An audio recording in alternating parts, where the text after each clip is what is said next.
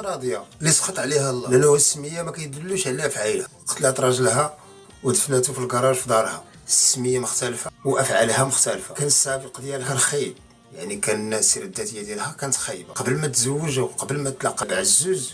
الحياه ديالها سيئه. بلا ما ندخلوا في التفاصيل، ملي تلاقات مع عزوز وكونوا الاسره هي 33 سنه وانت عايش مع واحد الانسان او مع واحد الانسانه، ولتي مع 3 الدراري. 33 سنه الاخوان ماشي سهله في الحياه باش تجوزها مع واحد وفي اخر المطاف وفي اخر لحظه اخضر بيك وليل غالي في الامر وقت فاش داير العرس لبنتها. تصور الاخوان في هذاك الكراج في هذيك البلاصه بالضبط على القبر ديال عزوز مسكين الله يرحمه، ما فين دايره القاعه فين مزوجه العرس. 30 سنه يحصل شي 3 ايام و 3 سنين و 3 شهور. يعني راكم غادي يكون عندكم الاحفاد. وشنو هما الاسباب تاع قتلات راجلها وقتلات بنتها وقتلات حتى ولدها؟ الاسباب الرئيسيه كانت راضيه قبل كاع ما تلاقى مع عزوز، كان رجليها خارجين من الشوال، ولكن ملي تلاقات مع عزوز وتزوج بها على سميت اللي هو رسوليه، عشت معاه واحد المده، رجعت للفيلم ديالها القديم ديما كينبهها تيقول لها شوفي هذيك الطريق خرجناك منها من افضل من احسن، اللهم تدخل سوق راسك، راه الا ما بغيتيش ديما كيقولها ليها. وهي قالت اللهم نتغدى بي قبل ما يتعشى بيا. داكشي اللي دارت خططات له، عطاتو شي مصيبه الكحله، ديك الماده وديك السعي اللي عطاتها له دقه بطله صفاتها له. الوقت فاش قتلاتو وصلت بخوها، اش غيدير؟ خصو يتعاون معاها يشري ديك الستره اللي غيشري. لكن المشكل والقصه الكبيره والمصيبه الكحله هي ديال بنتها اللي كانت سايقه الخبر. يعني بنتها هي اللي حضر الفيلم وشافت الفيلم، ديما كتهددها امها كتقول لها شوفي راه الا مشيتي تتقري غندير لك شنو غندير لك. البنت خافت، يعني تعطي ديك السائل اللي كانت عطات لراجلها تصفت عليها ولبقوا لها باللي راه مسكينه توفى سكته قلبيه. والمهم داروا ليها الرمانه مغمضه، السيده ماتت ودفنات دات مع السر ديالها.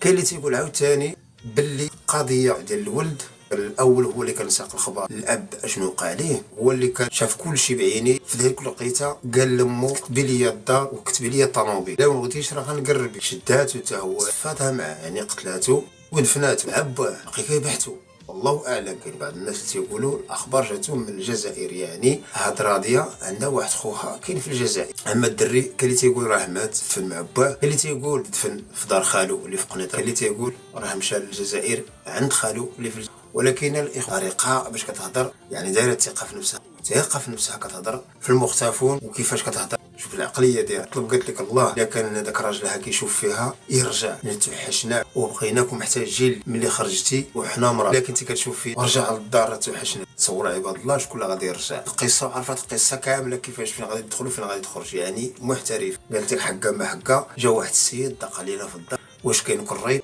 كاين. كلميه ليا كلمتو له، تلاقى معاه ركب هو وياه في الطوموبيل، زاد في حالو ما تاش رجع. السلام عليكم طوينا الدوسي. هذا هو راجل كان هنا. تصور السيده هذه فلتت من العقاب مده 12 عام بهذه الكذبه هذه.